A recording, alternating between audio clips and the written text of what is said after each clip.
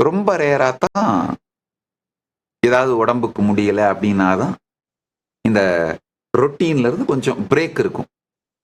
அது என்ன மாதிரி பிரேக் இருக்குன்னா, என்ன ஏதாவது இந்த ஆயுர்வேத கிளீனிங், உடம்ப தூய்மை பண்ற சுகபேதி இந்த மாதிரியான ஏதாவது கிளீனிங் பண்ணுவேன். அந்த மாதிரி நாட்கள்ல இந்த ரொட்டீன்ல இருந்து சற்று விலகும். யூசுவலா 3 மாசத்துக்கு ஒரு முறையாவது இந்த சுகபேதி எல்லாம் பண்ணி உடம்ப தூய்மை பண்ணிப்பேன்.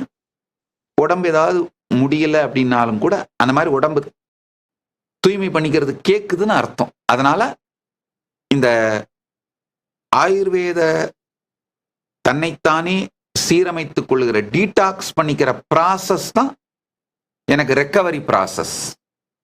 உடம்புக்கு முடியலன்னா அதை தான் செஞ்சுப்பேன். இதுதான் வாழ்க்கை முறை.